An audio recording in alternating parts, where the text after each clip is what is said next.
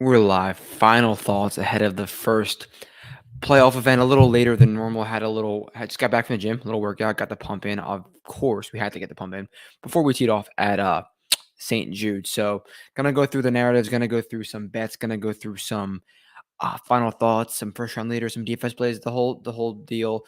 Any questions, feel free to drop them in the chat, and I'll try to get to them. But let's lead off with some interviews. We had a ton of interviews this week, more than normal. It's because it's a big event, because it's a playoff event. So you guys all saw those headlines from Victor Hovland. He just the swing thoughts are just forever ramping in his head. He's got so much going through in his head, and like I wish I could be in Victor Hovland's mind for one day, because I'm crazy too. But what he thinks is just so outlandish and wild. So just like a big shout out to Victor Hovland. And he's saying he's making strides. He's saying he's feeling more comfortable, and he's saying it's going to happen over time. So we're getting him at like 7%, and he's ballooned out from some other guys around him. He's going to be a kind of a forgotten man. From what I saw of Victor Hovland at Royal Troon, I was so high on what I saw, and I was like, this is the first time I've been to I think 8 events this year, from January all the way to now. I've been to a ton of events, and I've seen Victor Hovland at his absolute worst. And what I saw from him at Troon was so good. So I'm gonna parlay those feelings with what he's saying, and just like week by week as his price goes down, just keep sprinkling him in DFS and in some sort of markets. I think Victor Hovland can make you money sooner than later. Maybe a little matchup. Maybe I'll throw a Victor Hovland matchup in tonight. I'll look after the show. So Vic, he says he loves the golf course. He says he feels good. I think Vic can make you money. So get ahead of Victor if possible. PC, funny quote from PC. He said, I absolutely love my plan for this week. What does that mean? Patrick Cantlay literally said, I love my plan for this week.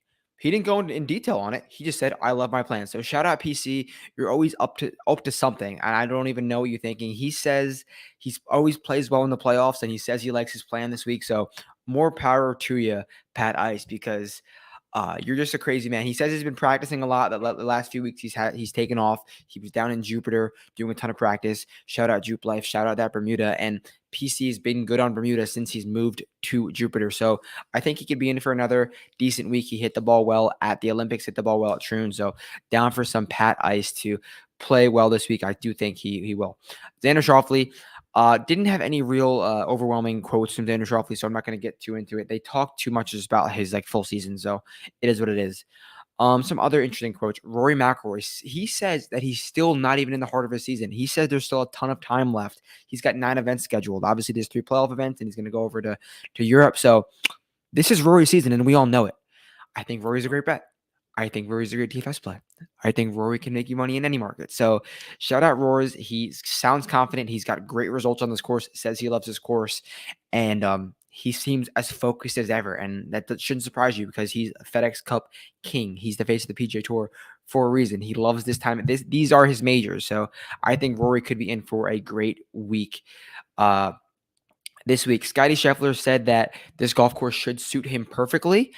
He's hoping that he has a better result this week, and it's a tee to green bonanza, tee to green fest. You have to be so long and accurate and just be a ball striker. And he said that, and he knows that. And he says this golf course should suit me perfectly.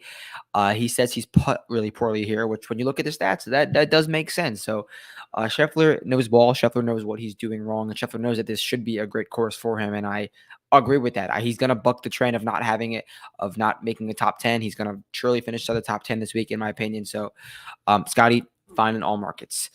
So let's move on to some bets, some just other things. So mentioned I like that guy named Rory McIlroy, and then I'm not going to go through every bet, but I think Sam Burns is a decent look at 65, 50 to anywhere from 50 to 70 to 1. You're getting a golfer who's shown good ball striking signs of late. He's hit the ball well at the 3M, and all season long it's been spotty, but he hasn't really pieced it together. And little by little, I think he's piecing it together. He's been driving it better than he's ever driven it. Like this season, I think he's 6th or 7th in total driving this year, which is just so impressive for a golfer of Sam Burns. And you have to total drive it here. And then you get that Bermuda upside, and if the ball striking spotty, but if we're saying it can peak to 5 to 7 strokes ball striking, he can gain 8 on the putting surfaces.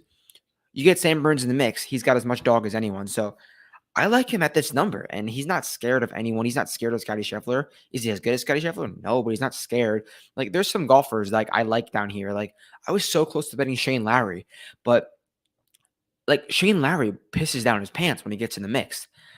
Not that Sam Burns is won 10 times this year, but Sam Burns is a winner who wins more times than Shane Lowry's wins. And I just like, there's so many guys that I'm like, yeah, like Tommy Fleetwood at 35-1. Do you want Tommy Fleetwood on the back nine going against Scotty Scheffler? No. Like, why wouldn't I want a Sam Burns? Obviously, Tommy Fleetwood is playing better golf than Sam Burns right now, more consistent golf. But in the outright market, why would I want Tommy Fleetwood or when I can have double the odds of Sam Burns outright? One guy has to win. Who do I pick in that setting? Sam Burns versus Tommy Fleetwood. Everyone would pick Sam Burns. If you've watched golf before, everyone would pick Sam Burns. He's got a ton of dog, whereas Tommy has negative dog. But we have seen the dog being lended, like I talked about earlier this week with Adam, as Aaron Rye lended. As Billy Horschel lended Aaron Rye some dog. Maybe Tommy Fleetwood can talk to Rye this week and get some of that dog that Billy Horschel gave him on that back nine at the Wyndham Championship. So I think Sam Burns is a decent look down the board. Some DFS plays that I like. I'm not going to go into the 6K range because I have an entire show dedicated to that, but I'll go through some of the final clicks that I made in DFS. So we'll go like 7K range and up. We'll start at 7K. Bottom of the 7K range. Why is Taylor Pendrith getting no love?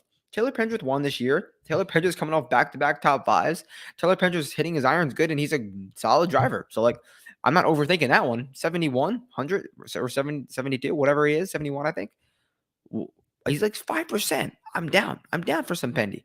Another click I made. Sahith Theegala. I'm seeing some projections that are saying Sahith is going to be chalkier than Billy or JT, which I don't believe. I really do not believe. So if Sahith comes in chalkier than those two, I will be shocked. But I'm just gonna go with my gut there and say that he is not going to be. So we're getting a Sahith at low ownership, which I think he's going to be low ownership on a golf course that he's played well, but he's not hitting the ball well. And I'm hoping that he's not hitting the ball. Like, people are seeing that he's not hitting the ball well, and they're not going to click him.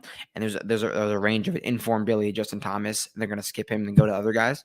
I'm hoping they will, because I really like Sahith when he's under-owned and underappreciated. So definitely down for some Sahith in the middle of that, or the upper of that 8K range.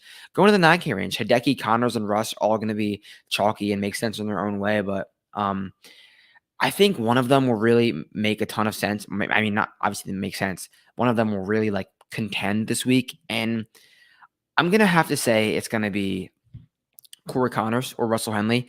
I think we're buying Hideki, not at a premium, but he had like one really solid week at the Olympics. And I said that going into the Olympics that you should consider him. Now I think he's getting a little chalky. Let's get off him. Like Corey Connors, obviously going to ball strike it every single week. He's going to hit the ball as good as anyone every single week, but he's not going to putt it well. But then you look at his stats, and Corey Connors gained on the putting greens in 3 straight events. And then you look how he's putted here. He gained 3+ putting strokes here. So if Corey can put 2 and 2 together, can this be a breakthrough spot for Corey Connors? So I think it could be. He's my guy down in this lower 9K range. Middle of the 9K range, I talked about Vic earlier in the show, and I think he's good to get ahead of. And then the 10K range thoughts. The upper 10K range thoughts. The big three: Rory, Colin. Not Rory, Xander, Scotty. Is Scotty worth the 12-4 with the course history? And he's still going to be as chalky as Xander. I think Rory's going to be lesser owned than Scotty, and he's $1,300 cheaper. This is the one week where I'm actually saying where like I don't think Scotty needs to be a lineup lock. You can build a really nice lineup with Rory. So I think Rory's my guy up there. You got my thoughts in the middle of the DFS lineups. The 6K show was live, a ton of content. We got some bets on the channel, so check it out. You guys know where to find me. You guys know where to have all the official plays, every single bet, unit by unit, at Jersway Betting on Twitter. So help me help you. Let's be great. Let's keep winning. Last week was our first losing week in, I think, 6 events. We've been hot. We've been cooking. So tune in. Help me out. Help me help you. Let's keep eating. I'll catch you guys Friday night with the 36 hole update. Peace out.